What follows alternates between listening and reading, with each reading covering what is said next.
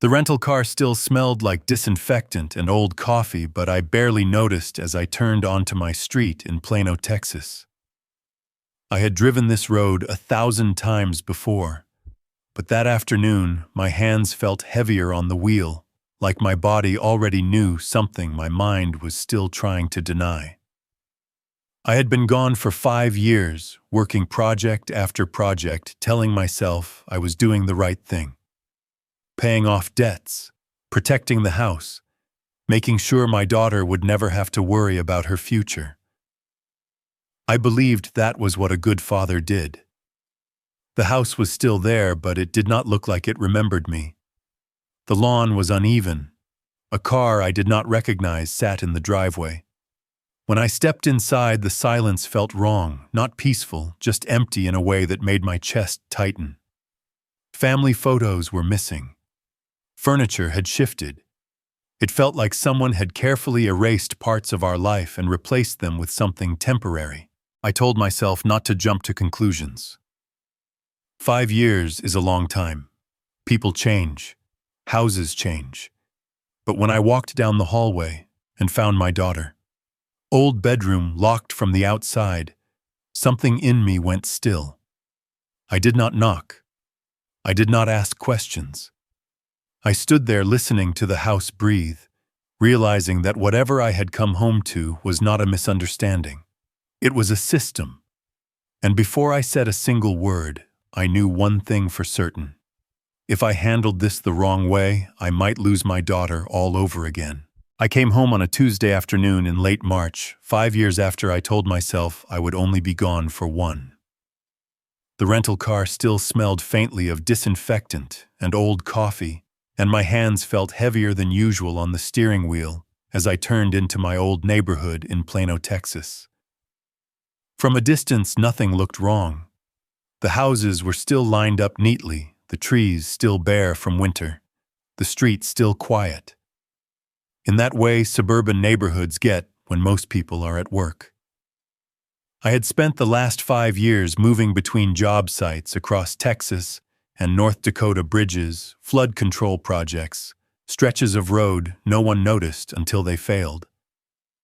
Each extension of my contract made sense at the time. 1 more year to finish paying off old debts. 1 more year to make sure the house stayed protected in the family trust. 1 more year so Emily would never have to worry about a roof over her head. Before I left, I promised her it would not be forever. I remember standing in this same driveway, telling her it was temporary, that I was doing this, so she would be safe no matter what happened to me. I believed that. I still did right up until I pulled into the driveway. The lawn was the first thing that caught my eye. It was cut but uneven, like whoever did it rushed through without caring how it looked. A silver sedan I did not recognize sat near the garage, parked slightly crooked. I stayed in the car longer than I needed to, listening to the engine tick as it cooled, letting my eyes move slowly from detail to detail. On job sites, rushing was how mistakes got buried. I learned a long time ago to look first. The front door was unlocked. When I stepped inside, the silence felt wrong, thicker than it should have been. No television, no music, no familiar voice calling my name. The air carried the clean smell of detergent mixed with something stale underneath, like damp clothes left sitting too long. I set my bag down and stood there taking it in. The living room looked different. Not remodeled, just altered. Fewer family photos on the wall. The picture of Emily in her graduation gown was gone. In its place hung a generic landscape print I had never seen before. I told myself this was normal. People redecorate. Couples make spaces their own. Still, something tightened in my chest. I walked down the hallway toward the bedrooms. Emily's room had always been at the end, the smallest one with the window that faced the backyard. I reached for the handle without thinking, already picturing the way she used to leave notebooks stacked on the desk and clothes draped over the chair. The handle did not turn. I tried again, slower. Locked. I stood there longer than I meant to, staring at the door, like it might explain itself. Emily never locked her room. Even as a teenager, she left it open. I noticed the hinges were newer than I remembered. The doorknob, too. Bright. Recently replaced. I raised my hand to knock, then let it fall. There was no sound inside. No reason to knock. I did not call out her name. Something in me said this was not the moment for questions. I moved back down the hall and checked the other rooms. The guest bedroom was neatly made, untouched.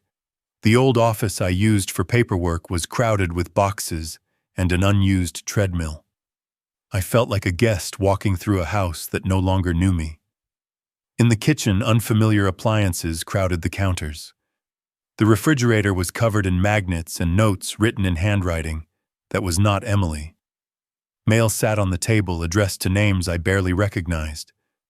I poured myself a glass of water and drank it slowly, staring out at the backyard. One of the fence boards leaned inward. I made a mental note to fix it the way I always did, as if noticing problems was the same as solving them. I told myself again not to jump to conclusions. I had been gone a long time. Lives change. Families adjust. That was the story I needed to believe. A car pulled into the driveway. Tires on gravel. A door closing. Voices followed, getting closer. I stepped away from the sink and waited. Emily came in first. I knew her instantly and still felt a jolt when I saw her. She looked thinner. Her shoulders curved slightly forward like she was bracing for impact. She stopped when she saw me, surprise flashing across her face. "Dad." "You are back already," she said, the words rushing out. I smiled and nodded. "Thought I would surprise you." She smiled too, but it did not reach her eyes. She apologized for the mess even though the kitchen was clean. She apologized for missing my call last week, even though I had not mentioned it. Each apology landed heavier than the last. A man followed her in confident, wearing work boots and a practiced smile. He introduced himself as her husband, Daniel. He shook my hand firmly and thanked me for coming by like this was a visit instead of a return home.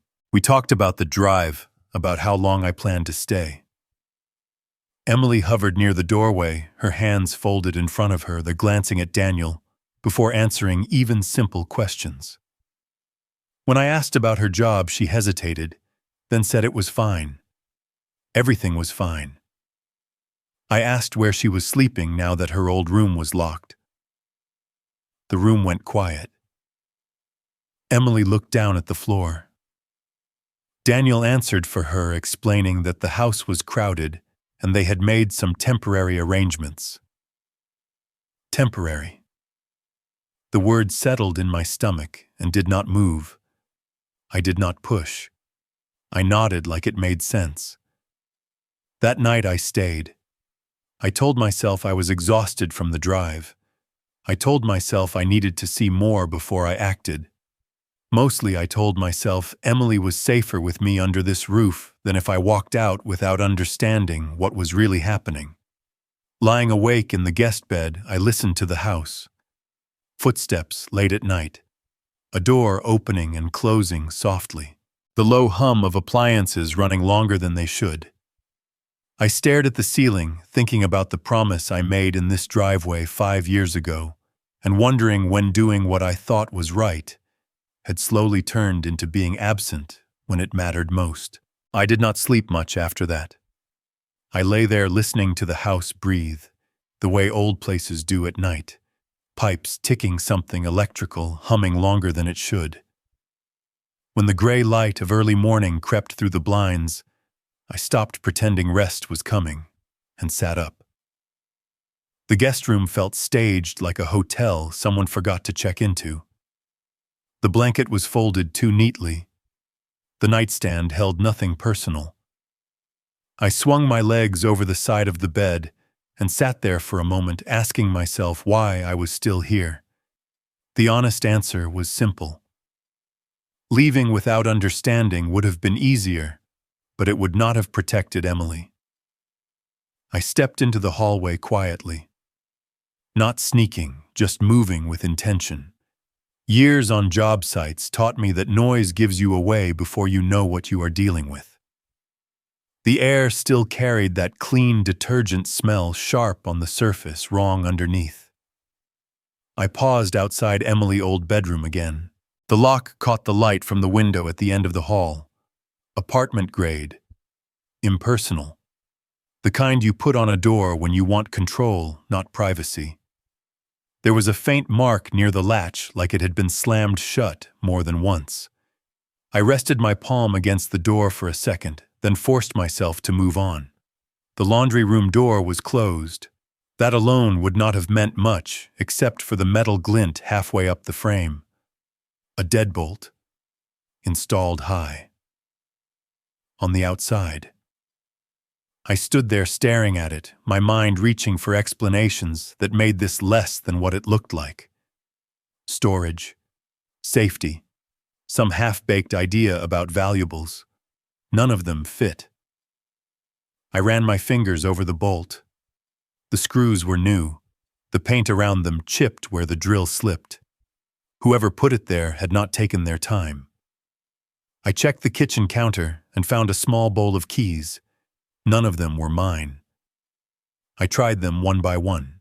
The third key slid in and turned with a heavy click that echoed louder than it should have. The door opened just enough for the smell to hit me. Damp, stale, like clothes left too long in a washer. I pulled it open the rest of the way. The washer and dryer were pushed against the wall like always, but the space beside them stopped me cold. A thin foam mattress lay directly on the tile shoved against the baseboard. A blanket rested on top, folded in a way that tried to pass as storage but failed. Beside it sat a plastic basket with a hairbrush, a bottle of lotion, and a pair of socks worn thin at the heel. On the shelf above, women's clothes were stacked unevenly folded, fast and quiet. My breath caught before I could stop it. I crouched and touched the mattress with the back of my fingers. Cold. Not room temperature. Cold the way something gets when it has been pressed against tile all night. I pulled my hand back slowly, like I had touched something that could burn. No, this is not temporary. This is not nothing. I straightened and looked at the door from the inside. No lock. No latch. No way to secure it. Whoever slept in here did so knowing someone else controlled when the door opened. I heard footsteps behind me and turned as a woman stepped into the doorway. She wore a robe and carried herself like she had already decided I was a problem. Her gray hair was pulled back tight, her eyes sharp. "You must be Michael," she said, looking past me into the room. I nodded. "And you are?" "Karen Brooks. Daniel mother." She took a step closer, her gaze flicking to the mattress and back to my face. Something flashed there, quick and gone. Awareness. Annoyance. "What are you doing in there?" she asked. I kept my voice even. "I noticed the lock." She shrugged. "We keep that room secure. Too many cleaning supplies. Tools. It is safer this way." I nodded once, letting the silence stretch just long enough. "Then why is there a mattress on the floor?" Her mouth tightened. "That thing. It is just stored there. Daniel crashes sometimes when he is exhausted. Men can sleep anywhere." I glanced at the basket, the hairbrush, the lotion. I looked back at her. "Does he keep his hairbrush in there too?" For a moment she looked like she might snap. Instead, she exhaled slowly, the way someone does when they decide to tolerate you rather than explain themselves. "You came home without notice," she said, stepping closer as if to block the doorway. "We are all adjusting. This house has been busy. Everyone is doing their part. Everyone. She looked at the mattress again, then away. Emily is fine, she said. She is an adult. She does not need you stirring things up. I felt something rise in my chest, not rage, but a steadier force, the kind that comes when a line has been crossed, and your body recognizes it before your mind catches up. I did not let it show. Where is Daniel? I asked. Out, she said too quickly. Running errands. And Emily. Karen hesitated just long enough. She will be home soon. I walked past her into the kitchen and looked out the window. The silver sedan still sat in the driveway. The space where Emily's car used to be was empty. I said nothing. I waited. A moment later, tires crunched on gravel outside. A car pulling in. Karen turned toward the sound, and the mask slipped. Just for a second. Worry. I kept my eyes on the driveway as the engine shut off, knowing whoever was about to walk through that door would change what came next. The door closed behind her with a soft click, and the sound landed heavier than it should have. Emily stood just inside the entryway, her tote hanging from one shoulder, like she was not sure whether she was allowed to come all the way in. For a second, neither of us spoke. She looked at me the way you look at someone you recognize but do not fully trust anymore. Not because you doubt who they are, but because you are not sure what they might do next. Dad, she said quietly, you are back already. I nodded and took a step toward her, then stopped myself. I did not want to crowd her. I did not want to be another presence she had to adjust around. I got in late last night, I said. Thought I would surprise you. She smiled, quick and automatic, and then started apologizing. Sorry I did not answer your call. Sorry the house is not ready. Sorry Daniel took the car. I did not know you would still be here. The words kept coming, stacked on top of each other, like she was trying to get ahead of a mistake no one had pointed out yet. I watched her hands as she spoke. The skin around her knuckles was dry and cracked, faint white lines cutting across the red. There was a smell on her too, something clean and sharp. Laundry detergent. Stronger than it needed to be. You do not need to apologize, I said. She nodded, but did not relax. Karen appeared behind me, robe pulled tight, her face already composed. The concern I had seen earlier was gone, replaced by something smoother, more practiced. Emily glanced at her, then back at me. I asked how she had been. A simple question. She hesitated, eyes flicking to the kitchen, then down at the floor. Fine, she said. Busy. Karen made a small sound of agreement. We all have been busy. This house takes effort. The word effort seemed to land on Emily's shoulders. She shifted her weight, adjusting the tote strap. I noticed a faint red mark on her wrist, just above where the strap rubbed. It looked like the kind you get from carrying something heavier than you should over and over. Before I could ask anything else, the door opened again. Daniel walked in with the confidence of someone who never expects to be questioned. He carried a paper cup of coffee and dropped his keys into the bowl on the counter without looking. The sound rang sharp in the quiet kitchen. Michael, he said, smiling wide. You should have called. We would have had the place ready. He shook my hand. His grip tightened, just a little testing. I felt my fingers curl in response, the instinctive squeeze rising up my arm. For half a second, I considered returning it, letting him know exactly where I stood. I did not. Emily moved aside as he passed, giving him room without thinking. It was a small thing, but it told me more than any argument would have. I asked where her car was. Daniel took a sip of coffee. Mine is in the shop. I borrowed hers. Just temporary. That word again. Emily nodded quickly. I did not need it today. Her voice sounded smaller than I remembered. She offered to make breakfast, then offered to go out and get something, then apologized again for even suggesting it. Karen waved her off, saying there was food already. Daniel leaned against the counter watching us like he was assessing a situation he already believed he controlled. "So how long are you staying?" he asked. I looked at Emily instead of answering. I asked the question that had been pressing against my ribs since the night before. "Why is your bedroom locked?" The air in the room shifted. Not violently, just enough to notice. Emily froze. Her eyes lifted to mine for a heartbeat, then slid to Daniel. She did not speak. She waited. Daniel straightened. "We repurposed that room," he said easily. "Storage.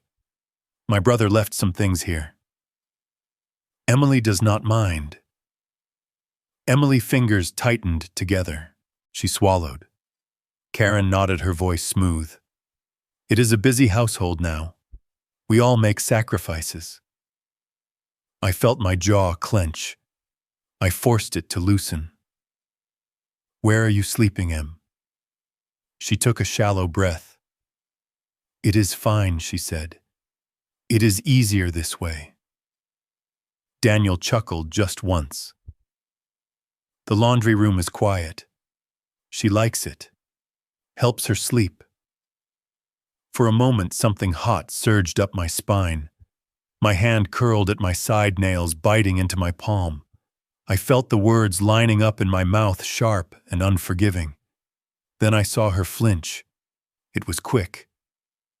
Daniel's voice had not raised. He did not need to. The change in his tone was enough.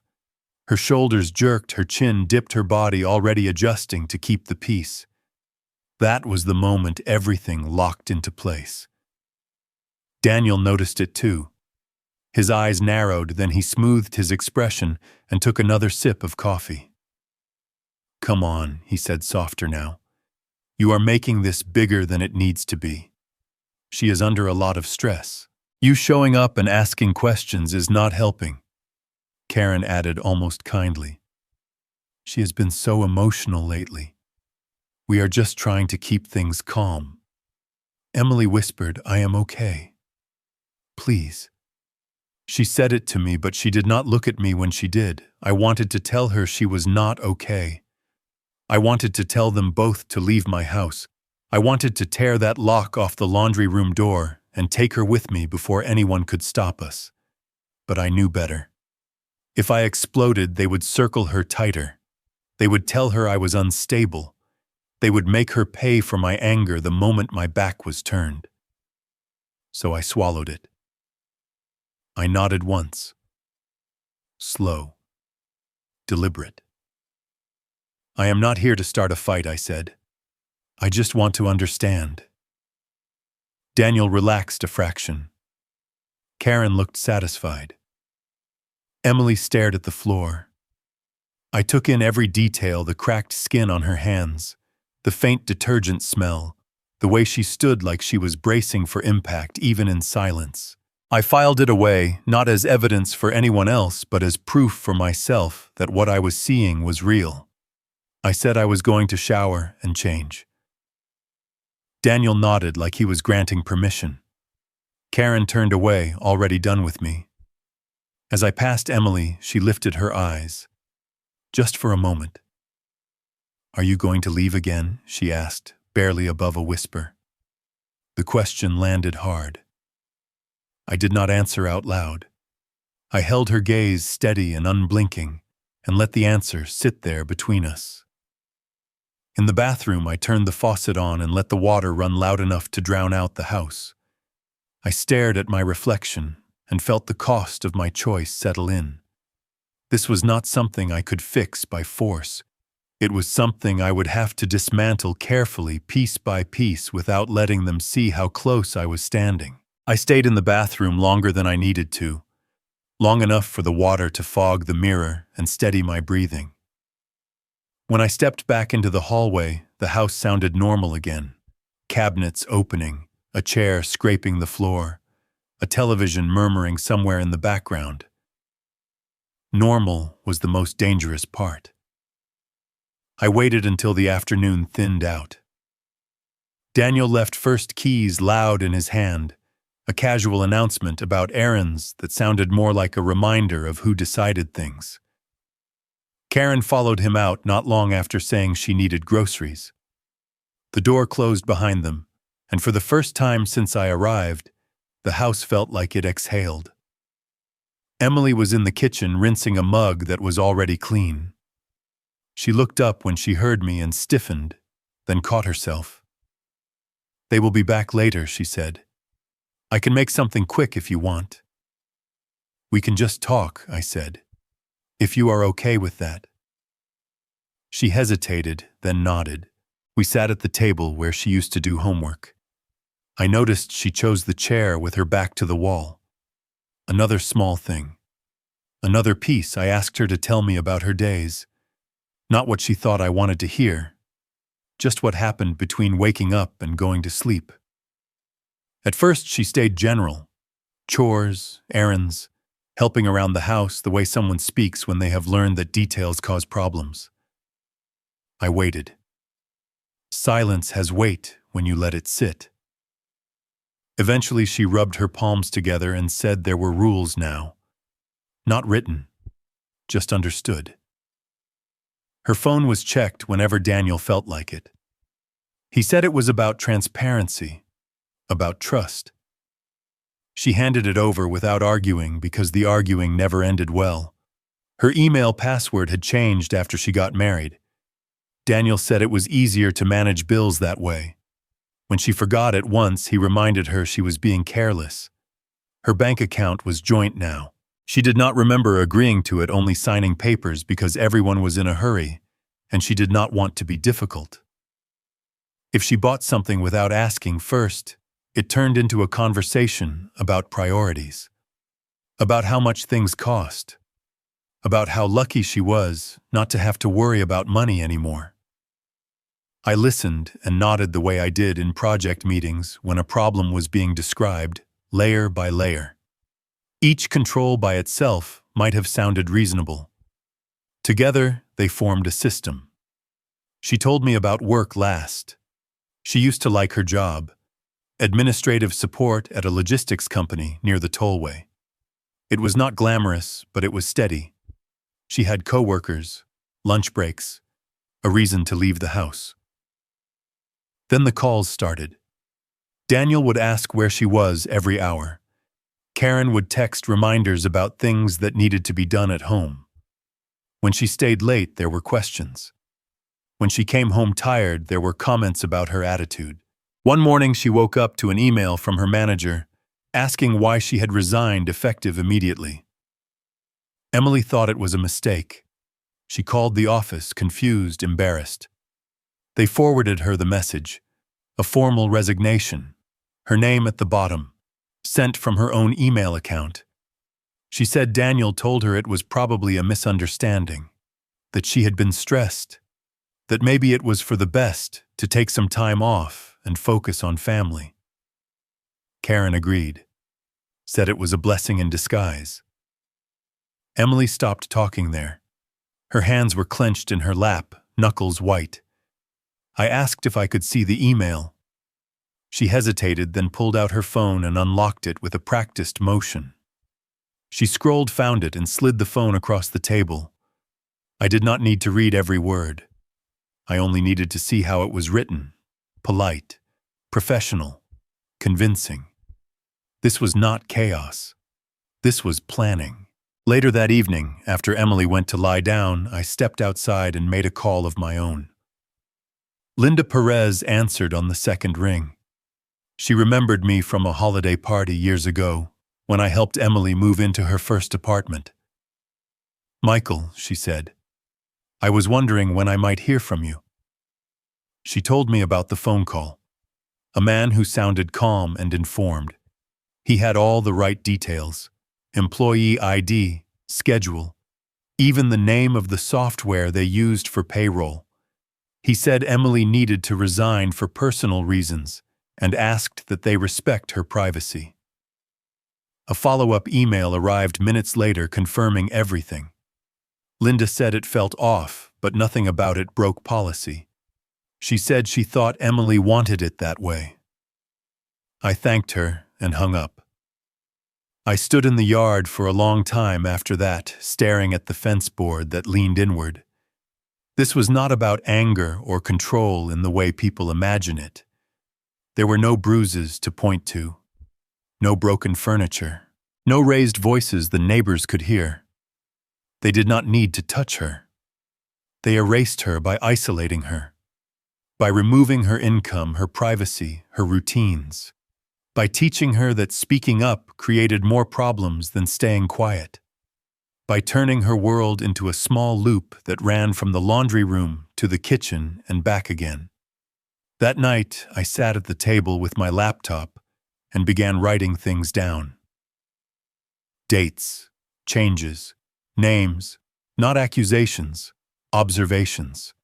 I listed passwords I knew had changed, accounts that had been merged, locks that had been installed.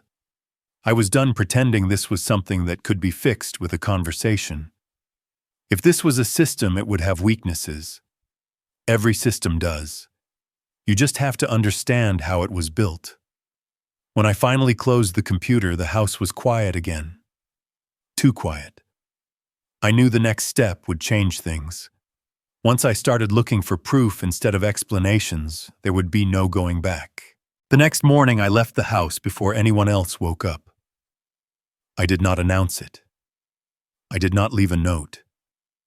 I told Emily the night before that I had some errands to run, and she nodded like she was used to people coming and going without explanation. The bank opened at 9. I sat in the parking lot 10 minutes early, engine off, hands resting on the steering wheel. This part felt familiar. Not the bank itself, but the quiet before something solid either held or cracked. Inside, the air was cool and smelled faintly of carpet cleaner. I gave my name, showed my ID, and was led to a small room in the back, where the safe deposit boxes were kept. The employee was polite, efficient. She did not ask why I had not accessed the box in years. When she left me alone, I opened it slowly. The contents were exactly where I left them. Copies of the family trust documents, deeds, insurance policies, old tax returns, things I had organized carefully before leaving town, convinced that preparation was the same as protection. I took everything out and laid it on the small metal table. One page at a time. Dates, signatures, notations. I read like an engineer checking blueprints, looking for stress points, not drama. That was when I saw it. A mortgage statement I did not recognize. Recent. Amount large enough to matter, but not large enough to set off immediate alarms if you did not know what you were looking at. The property listed was my address, my house. I felt a slow pressure build behind my eyes. Not panic, just focus tightening. I checked the signature line. My name was there. The handwriting was close. Close enough to pass at a glance, but it was not mine. I asked the banker to pull the file. She frowned as she looked through the screen, then excused herself to get a supervisor. They were careful with their words. No accusations, just questions. Had I authorized this loan? Had I been present for the signing? Did I recognize the notary stamp? The notary number checked out. The stamp was real. The signature was not. They said identity theft was possible. Notary error, too. They said the bank would open an investigation. They said they would contact me. I nodded and gathered my papers, feeling the weight of something shift. This was not sloppy. It was deliberate. Someone knew just enough to be dangerous. From the bank, I drove straight to an office park near downtown, and parked in front of a low brick building with a brass plaque by the door. Thomas Reed had been practicing law longer than I had been building roads. He listened without interrupting as I laid the documents out on his desk. He did not promise anything. He did not raise his voice. He just asked questions. Who had access to the house? Who had access to my identification? Who lived there now? Who benefited if the equity disappeared? He explained the process. Fraud investigation, temporary holds, possible civil action, possible criminal referrals if the evidence supported it. No guarantees. No fast resolution. That was fine. I was not looking for fast. I was looking for solid. Before I left, he said one thing that stuck with me. Evidence wins cases, not stories. On the drive home, I took a longer route through the neighborhood. The sun was high now. People were out walking dogs, pushing strollers, living their lives inside tidy boundaries. I pulled over in front of a house a few doors down from mine. Susan Hale answered when I knocked, surprise flickering across her face before she smiled. Her husband Robert stood behind her, wiping his hands on a rag, like I had caught him mid-project. We talked in the driveway at first. Weather, how long I had been back. Then I asked carefully if they had noticed anything unusual while I was gone. Susan hesitated. She glanced at Robert, then back at me. She said she had seen Emily late at night more than once carrying a laundry basket from the side door. She said it felt strange, but she did not want to interfere. Family matters were private. Robert nodded, adding that he had noticed a lock installed on the laundry room door a while back. He assumed it was for storage. I thanked them. I did not ask them to do anything else. I did not need to. When I pulled back into my driveway, the house looked the same as it always had. Brick. Shutters. A place meant to be stable. Inside, I went straight to the laundry room. I took photographs of the deadbolt. Close up, wide angle, the chipped paint, the way the latch lined up. I measured the height from the floor. I noted that there was no interior lock. I photographed the mattress, the basket, the shelf. I touched nothing this time. This was not just a room. It was proof. That evening, I sat at the kitchen table and opened a fresh notebook. I labeled the first page with the date and wrote everything down. What I saw, what I heard, what could be verified.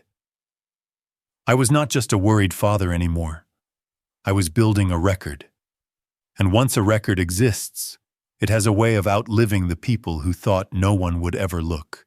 I kept that notebook on the kitchen table like it was part of the furniture. The kind of thing no one questions if you look calm enough while you write in it. Every time Daniel or Karen walked by, I made sure my posture stayed relaxed. I asked about the weather. I offered to help with the trash. I played the role they expected from a father who did not understand what was going on. Then when they stopped watching, I worked. I started with the small things that could not be argued away. Times, sounds, patterns. When Daniel left the house, when Emily did laundry, when Karen came and went. It was not glamorous, but it was solid. A habit built over years of solving problems where feelings did not matter as much as facts. I watched Emily too, not to invade her privacy, but to understand what had been done to her. She moved like someone trying to take up less space. She asked permission before pouring herself a glass of water. When Daniel walked into a room, her shoulders tightened almost imperceptibly. If he spoke her name, she responded instantly, as if there was a penalty for delay. One evening after Daniel went upstairs, Emily stood at the sink rinsing plates that were already clean. I came in quietly and set a dish towel down beside her. "You do not have to do all of this," I said. She kept her eyes on the running water. "It is easier if I do. Easier for who I asked." She did not answer right away. When she finally spoke, her voice was so low I had to lean closer to hear it.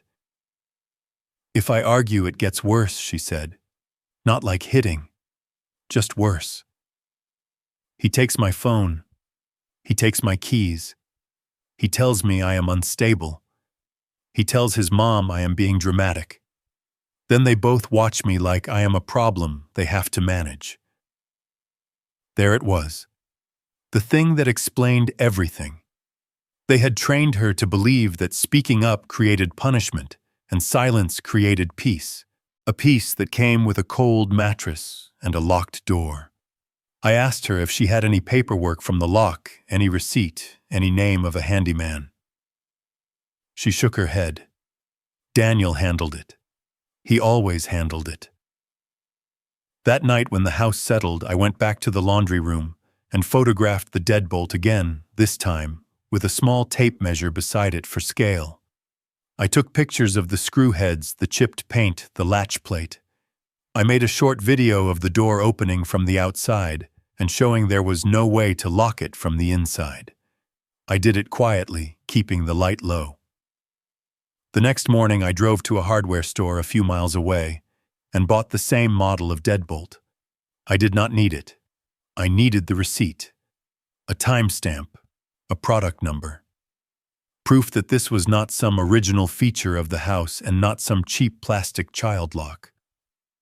I asked the cashier to print an extra copy, then I tucked it into my folder like it was a piece of insurance.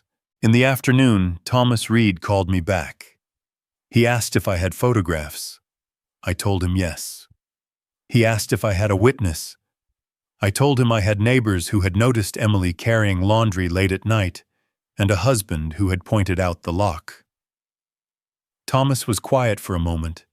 Then he said that was good. Not perfect, but good. He explained again what mattered. A notice does not throw people out overnight. It starts a process. It creates a legal record.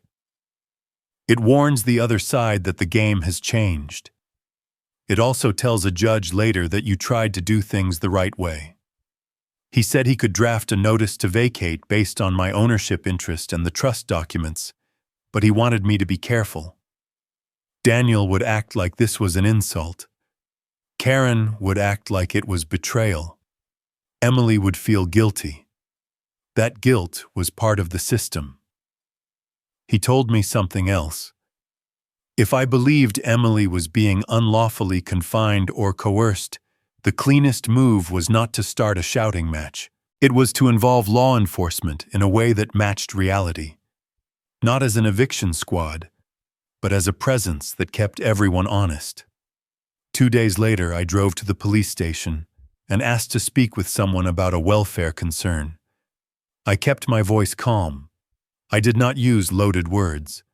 I told them I had returned home and found evidence that my daughter might be sleeping in a room that could be locked from the outside, and that she seemed afraid to speak freely. Officer James Miller met me in the lobby. He looked tired in the way good officers often do. A man who has seen enough to know that most problems do not come with clear villains. He asked for details. I gave him what I had. Photographs, notes, a simple statement from neighbors. He made it clear what he could and could not do. He could not remove anyone from the house without a court order. He could not arrest someone because I felt uneasy. But he could come with me, stand in the room, speak to Emily privately, if she agreed, and document what he observed. That was all I needed. We pulled into my driveway just before dinner. Daniel's truck was there. The silver sedan, too. My stomach tightened, but my voice stayed steady as I thanked the officer and walked him inside. Karen met us in the entryway, her face stiffening at the sight of the uniform. Daniel appeared behind her a second later, coffee cup in hand, smile already forming. Officer Daniel said, friendly as a man at a barbecue, "What is going on?"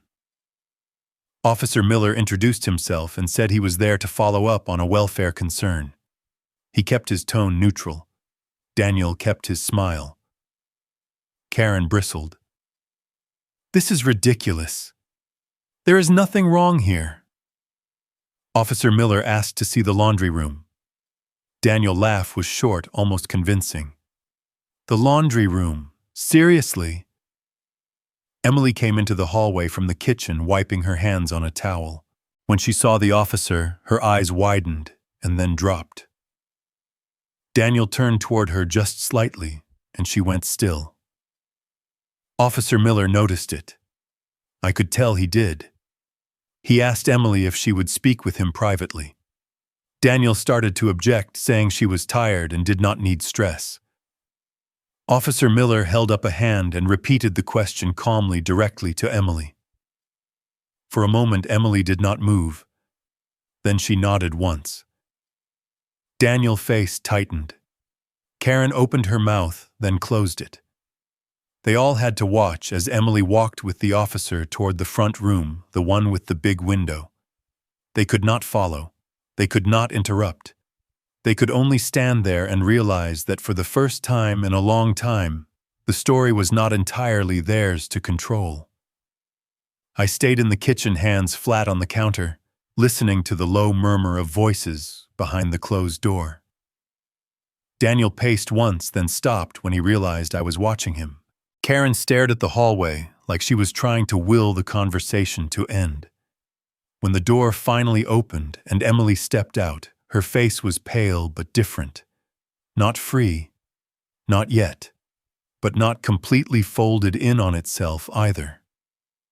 Officer Miller looked at Daniel and Karen and told them he had documented what he saw. He told them he would be filing a report. He did not accuse anyone. He did not have to. Daniel's smile was gone now. He tried to put it back, but it did not fit anymore. As Officer Miller left, he paused beside me and spoke quietly enough that only I could hear. "Keep doing what you are doing," he said. "Stay calm. Keep records. People like this count on you losing your temper." I watched Daniel grip his coffee cup too hard, watched Karen stare at the floor, and I understood something with perfect clarity. They were starting to realize they could not bully their way through this with charm and noise. Not anymore. It was not a dramatic moment. There was no screaming, no shattered glass, no neighbors standing in their driveways recording with their phones. That is what Daniel would have preferred: noise and chaos, something he could point at later and claim I started. Instead, it happened the way real consequences usually arrive. Quiet, official, impossible to argue with once it is on paper. Thomas Reed emailed the notice to me first thing in the morning. Plain language, correct names, correct address, correct references to the trust, and my authority to act on behalf of it. He reminded me again that this was not a magic lever that threw people onto the street. It was a legal step, the beginning of a process, and it mattered because it created a record that could stand up in a courtroom. I printed 3 copies. I put one in a folder with the mortgage documents and the photographs. I carried the second copy like a backup. The third stayed on the kitchen table under a magazine right where I could reach it if Daniel decided to get clever. Thomas had arranged for a process server to deliver it. I did not want any doubt later about whether the notice was properly served. I also did not want the delivery to become an argument between me and Daniel, because that is where he would try to move the fight. Into emotion, into confusion, into saying I had no right. The process server arrived just after lunch, a young guy in jeans and a polo shirt who looked like he had done this enough times to keep his face neutral. I watched from the living room window as he walked up the driveway, clipboard in hand. Daniel was in the garage when it happened, tinkering with something like he was a man who had nothing to fear. Karen sat at the kitchen table, sorting coupons, humming to herself. Emily was in the laundry room, and I knew that because I had heard the washer running and the soft movement of her steps behind that door. The knock came. 2 firm taps. The process server called Daniel name. Daniel stepped into the entryway, wiping his hands on a rag smile already forming as if he expected a delivery. The smile died fast. I did not hear every word, but I heard enough. The process server confirmed Daniel's identity and handed him the envelope. Daniel glanced down at the return address and stiffened.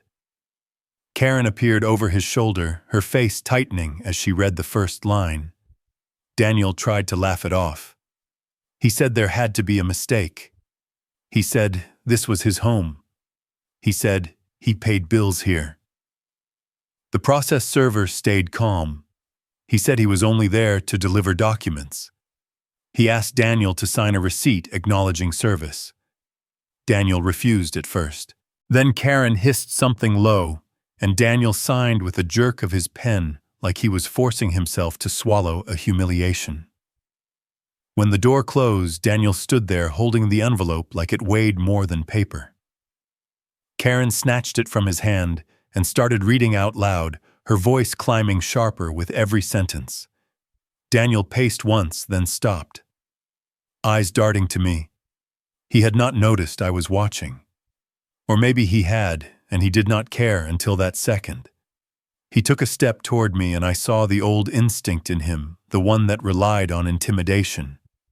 He opened his mouth, then saw my face. Not angry, not shouting, just steady. Karen started in saying this was betrayal, saying how could I do this to family, saying Emily would be devastated. She said it like Emily was not standing in the hallway behind her silent hands clasped, watching the room like a storm she had learned not to stand under. Daniel tried a different approach. He softened his voice, called me Michael, like we were still on friendly terms, said we could talk this out. He said he had been under pressure. He said he was doing his best. I asked one question. Why does my daughter sleep on tile in a room you can lock from the outside? Daniel's face changed. It was fast, but it was there. A flicker of something like panic. Karen jumped in saying that was an exaggeration, saying Emily chose it, saying the mattress was temporary. Emily did not speak. She looked at the floor, then at the laundry room door, then at me.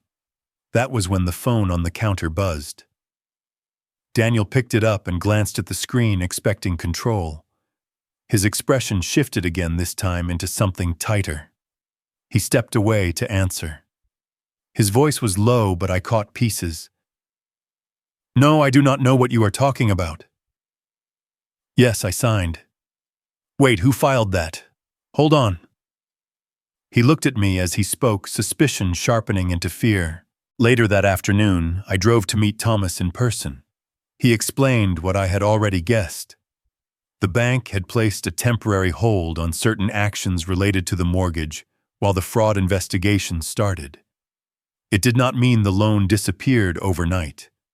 It meant the situation was now officially disputed, flagged, and watched. Thomas also said something else. He said a name had come up when he requested certain records, a name that did not belong to Daniel or Karen. Ethan Brooks, Daniel's older brother.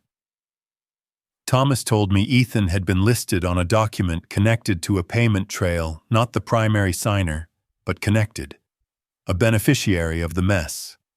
The kind of involvement people think will never be traced because it is one step removed. Back at the house, the atmosphere had changed. Daniel no longer moved like a man who owned the place. He moved like a man who was trying to keep the walls from closing in. Karen was quieter too, her confidence cracking at the edges whenever her eyes landed on the envelope sitting on the counter. Emily stayed near me more than she had before. Not close, not leaning on my shoulder. Just in the same room, as if my presence gave her a fraction more oxygen. That evening, when Daniel went outside to make another phone call, I heard the laundry room door open. I turned and saw Emily standing there. She held the key in her hand, the one that fit the deadbolt. Her fingers trembled. "Where did you get that?" I asked, keeping my voice low. She swallowed. He keeps it on his key ring. I copied it at the hardware store months ago. I did not know why. I wanted to know. I could. There was shame in her face as she said it, but underneath the shame was something new. A thin thread of defiance she had been hiding even from herself. She stepped toward the door and looked at the deadbolt. Then she turned the key from the inside. The bolt slid back with a dull sound that made my stomach twist. She opened the door, wide walked out, and stood in the kitchen on the hardwood, like she was relearning what it felt like to occupy normal space. Then, without looking at me or asking permission, she reached back and pulled the laundry room door closed, not as a punishment, as a decision. The click of the latch sounded different than it had any other time in that house. It sounded final. Daniel came back inside a few minutes later, talking too loudly about nothing, as if volume could push reality away. He stopped when he saw Emily standing in the kitchen, not tucked away, not apologizing. Karen followed his gaze and stiffened. Nobody said a word. We did not have to. The power in the room had shifted just enough for all of us to feel it. Not victory, not yet, but a change that could not be undone. That night, after Daniel and Karen retreated to their rooms, I sat at the table with my folder open and my notebook beside it. The system they built was cracking. I could see the lines forming. The next step would be public. It would involve more than paper and quiet conversations. It would involve consequences that could not be softened by charm. I closed the notebook carefully, like I was sealing something, and listened to the house settle into uneasy silence. The house did not change overnight after that. There was no sudden quiet, no dramatic exit, no moment where everything felt clean and finished. What changed was slower. The air felt different, like something heavy had been moved even if the room was still a mess. The legal process took its time. It always does. Papers went back and forth. Phone calls were returned days later. Words like investigation and review and pending showed up more often than answers. Daniel moved out first, not because he admitted anything, but because staying became uncomfortable. Karen followed a week later, her voice sharp with bitterness, as she packed, telling anyone who would listen that families turn on each other these days. I did not argue. There was nothing left to say. Emily did not celebrate. She did not cry with relief. She mostly slept. When she finally moved into her own small apartment a few miles away, she chose a place with light, real windows and a door that locked from the inside. I helped her carry boxes up the stairs. She insisted on carrying some herself, even when they were too heavy. I let her. Strength had to come back on her terms. She started therapy not long after, twice a week at first. She would come back tired, quieter than usual, like someone who had spent hours lifting things she did not know how to set down yet. Over time, I noticed small changes. She stopped apologizing for taking up space. She started choosing where to sit. She began talking about work again. Linda from the logistics company helped her get a part-time position somewhere else. Nothing fancy, just steady. A desk, a schedule, co-workers who did not watch her phone. Emily came home one evening and told me she had stayed late because she wanted to, not because she was afraid to leave. I nodded and felt something loosen in my chest. The bank investigation continued. The forged signature was confirmed. The notary admitted to being careless. There were consequences, not cinematic ones, but real ones. Accounts frozen, records flagged. Ethan's name appeared more than once in places it should not have. Daniel lost his job after his employer asked questions he could not answer cleanly. None of it happened fast. All of it happened quietly. Justice did not look like revenge. It looked like paperwork. It looked like patience. It looked like people having to live inside the truth they built and discovering there was not much room to move. At night, when the house finally felt empty again, I sat alone more than I used to. The silence brought other things with it. Guilt. Questions. The weight of 5 years gone. I thought about the nights I chose work over calling home. The contracts I extended because it felt responsible. The belief that providing from a distance counted the same as being present. I had told myself I was protecting my daughter by securing the future. The truth was harder. I had left a gap, and someone else stepped into it. That does not go away just because you come back in time to stop the worst of it. Emily never blamed me. That almost made it worse. But over time I learned something important. Guilt is only useful if it leads to responsibility, not self-punishment, not excuses, just responsibility.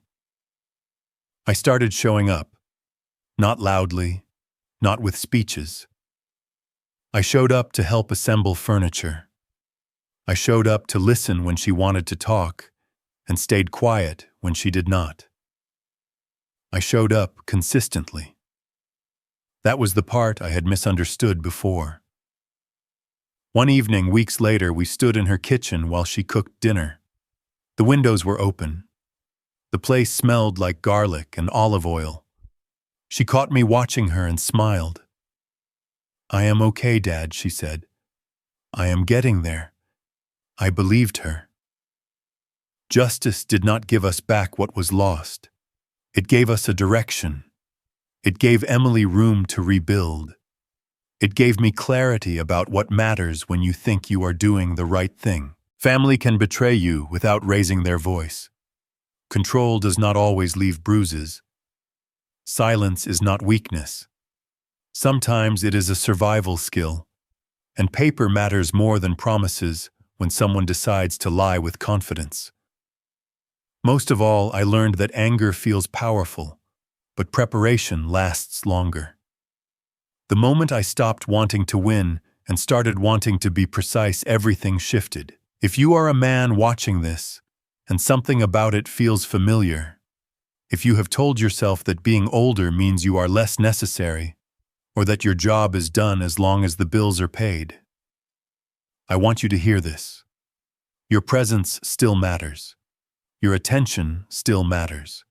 The calm choices you make when no one is watching can change more than any explosion ever could. If this story made you think of someone you care about, or reminded you of a moment you wish you had handled differently, stay here. These stories are not about perfection.